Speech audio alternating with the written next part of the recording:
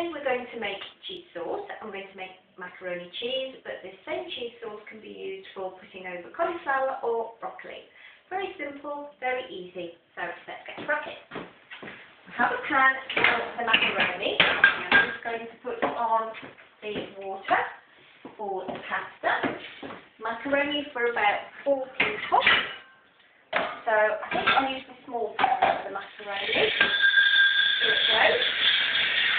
That'll do, more or less. So just pop that on and wait for the water. I'm going to turn on the oven at 120 and get out my tray to make the macaroni cheese. So, how do we make the cheese sauce? Put some light on here. That's better. Well, we start with some butter or margarine, and we have some grated cheese. I don't have a particular amount, so it's what I call a blob, but I shall show you. I'm making this for 4, so about that much butter. Put it in the pan. Actually, I'm going to whack in a little bit more. Put it in the pan and switch on the heat. And let that heat up. Actually, I'll do it a bit quicker, so I'll put it on the bigger one. Okay, so that's just on there, and that is melting. Whilst that's melting, we need to have some plain flour here. That is not an awful lot in there, so I'll get a new pack of flour. And we need to have some milk straight from the fridge. Okay. So while that's melting, I'll pop the new flour into my flour box. Now, if you're making macaroni cheese, if you're making cauliflower cheese or broccoli and cheese, make it exactly the same way. And whilst you're making the cheese sauce, boil the vegetables, not too much so that they're still nice and crisp, and then strain off the vegetables and pour the cheese sauce on top and pop it in the oven. Very easy to do. So if you hear that bubbling on the back, just slosh it round a bit so it's all melted. Make sure you keep an eye on it, because what you don't want to do is for your butter to melt. It's for your butter to burn. So just keep sloshing that around.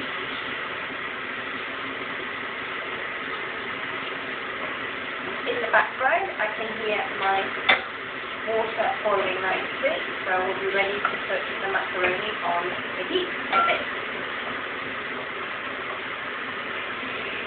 Come in. See that the butter is almost all melted.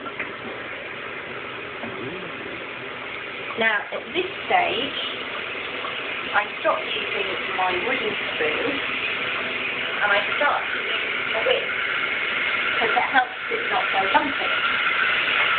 But it's up to you, your individual preference. Okay, so it's bubbling and sizzling away. Here's the wooden spoon in that way. Still got some flour in here. So, again, I don't measure it with spoonfuls. I just lob a bit in. And then stop and use my whisk to beat it round. And that's quite a nice consistency. So if you lift it up, it can just sort of slowly down. So it's not running, but it's not too thick, but it's held in the whisk itself. So what we need to do now is add a small amount of milk in to start with, just covering the room taste, and then pop it back on the heat and give it a good old slosh round, so that all the big thick lumps get blended in the small amount of milk that you've got at the bottom of the pan. Okay, so now you've got a nice, smooth, runny paste that can't hold on to the whisk. So we add some more milk, and this is the consistency that you want, about that amount, so it looks quite milky, and it's not very thick at this point, but leave that on the heat. Now, kettle has boiled, so bring the hot water over and pour it on top of your macaroni, to the top, which is nice. And you pop in a few drops of vegetable oil to stop the pasta sticking together. Okay, so let's put that on the back heat. Give it a bit of a stir whilst it gets started, and then that can boil up and your pasta can cook. So, back to the cheese sauce. Milk is warming up now, and just do continual sloshing round with your whisk. It still won't be particularly thick at this stage, and that's fine. So the magic ingredient being cheese. Need to put that in now. Already grated by my husband, my loveliest husband Mark, and just a good old clump of cheese, not in for weights and measures. I haven't got time for that for this particular recipe, so it depends how cheesy you like your sauce. That's fine.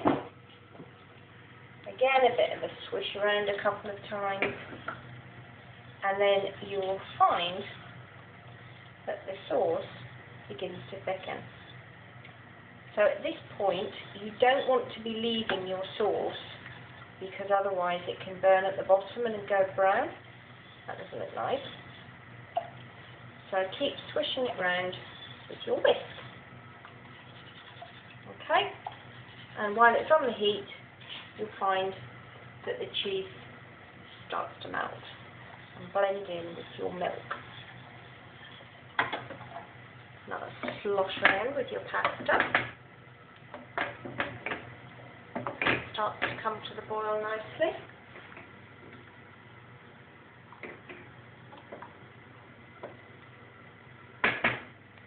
And then back to your cheese. So this next stage is going to take about 2 to 3 minutes.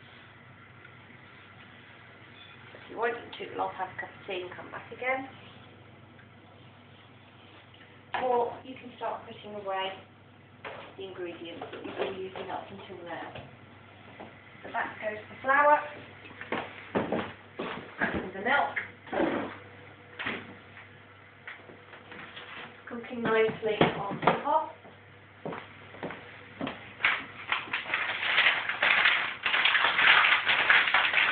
And away goes the butter. So your macaroni is now coming to the boil. And we don't want to cook